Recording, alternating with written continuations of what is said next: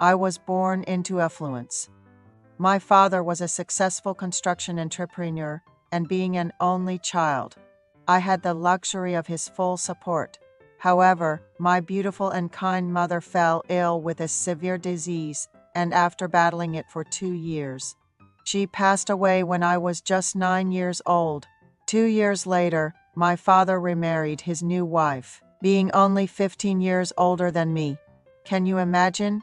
She was just 26. People usually wait at least 3 years before remarrying after the death of their spouse, but I guess my father was in a hurry. Perhaps he was looking for a new mother to care for his young son. Looking back, I suppose his wealth made it easier for him to attract a younger wife. My stepmother was young and pretty, standing at 5'6", and was also very kind. My father seemed to enjoy his newlywed life with her. As I grew older, I began to realize how beautiful she was, almost as beautiful as a celebrity. I could say that my fairly uneventful adolescence was due to her kindness and care. I got accepted into a prestigious university, and my father's business continued to prosper. Although I didn't need to work for money, my father advised me that it would be a good experience to do some part-time work. So I worked on a construction site during the holidays, mixing cement with water. The wages I earned felt incredibly valuable after a hard day's work. One day, I bought a watermelon with my wages and gave it to my stepmother. She patted me on the back gently, which somehow made me blush. We lived happily as a family. After serving in the military, I was waiting to return to school while working part-time. Then one day, I came home to find my father's belongings scattered about the living room. My stepmother was crying, and when I asked her what happened, she told me that my father had cheated on her. In her anger, she had thrown all of his clothes from the wardrobe into the living room. My father left the house, claiming that my stepmother was overly attached, since their daughter was already 10 years old. My stepmother was left alone to raise her, while my father agreed to provide only the necessary living expenses. I was angry at my father for betraying his young wife. I wanted to comfort my stepmother, so I started buying her nice meals with the money I earned from my part-time job, and also gave her some pocket money. Despite the circumstances, my stepmother never lost her gentle smile and took good care of me and my sister. I was busy after returning to school, and my father's separation period just seemed to extend. Looking at my father's life, I decided not to date for a while and focused on studying. As my sister grew older and her tuition fees increased, my stepmother had to contact my father for additional support. Occasionally, I saw her sigh and sit down in exhaustion.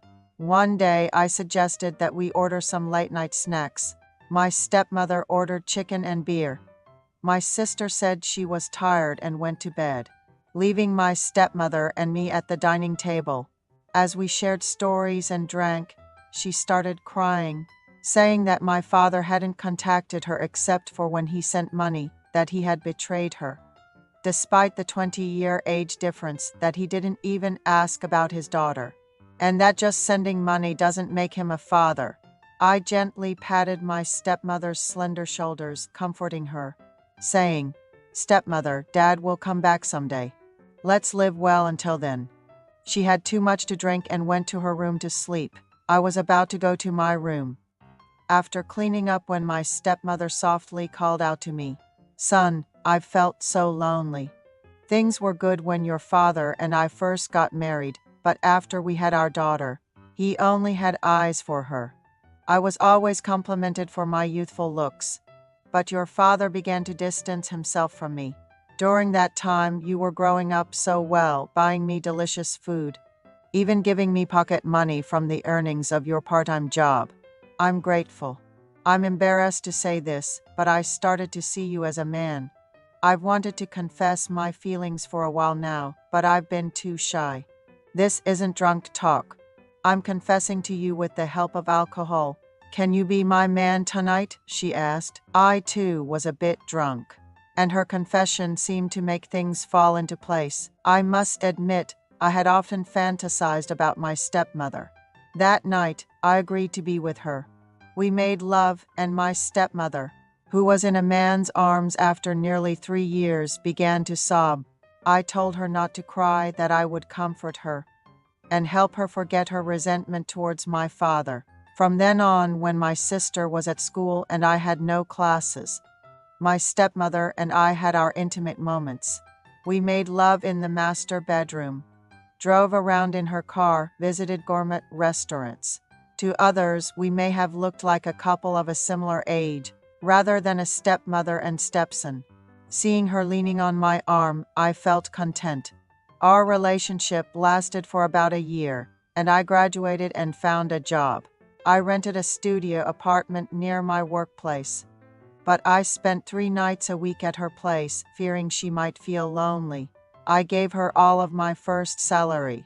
I confess, I visited home more often because of my relationship with her.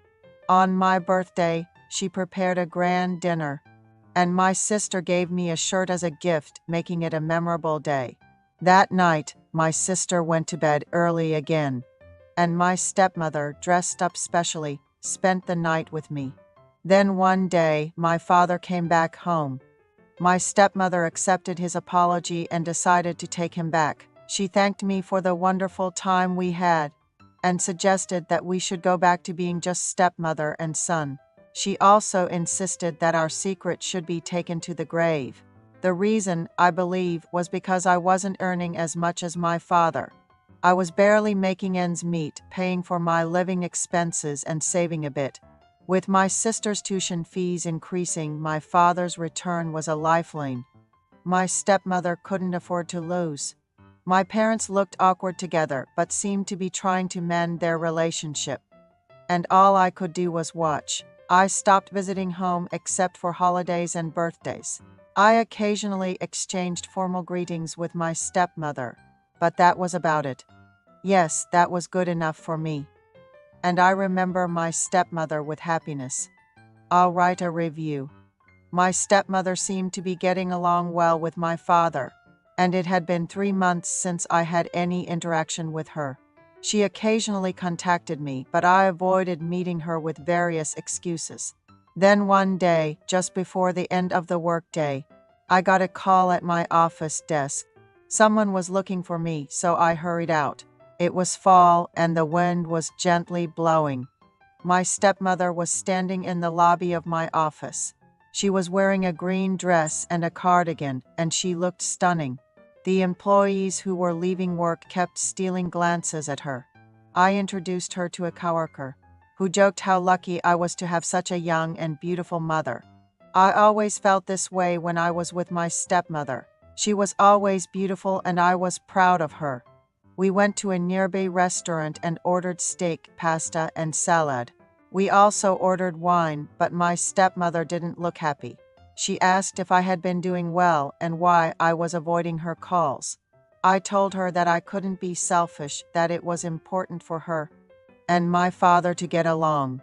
So I had no choice but to avoid her calls, even though it hurt me. She said she had been having difficulty eating. When I asked her what was wrong, she said she was constantly nauseous. I asked, could it be related to our relationship? She said she was scared to go to the hospital alone, so she came to see me. She said she was getting along well with my father, but she wasn't sure about his true feelings. He was trying, but he had cheated once, so she couldn't be sure he wouldn't do it again. I felt sorry for her.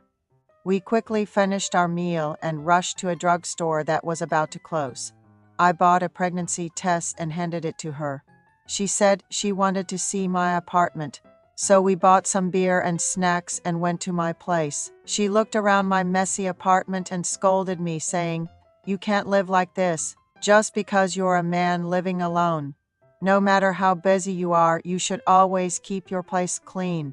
She said she hadn't been able to take the pregnancy test because she was scared of feeling nauseous and missing her period, but she said she would take the test the next morning, because it's more accurate in the morning. We started drinking beer. She said, I missed you so much. Were you surprised when I showed up out of the blue? Please answer my calls. Let's go back to the way we were. Promise?" She looked at me with pleading eyes. Even though I knew what she was worried about, we became one that night. I took her home in a taxi early in the morning and couldn't sleep. When the morning came, I received a text message from her.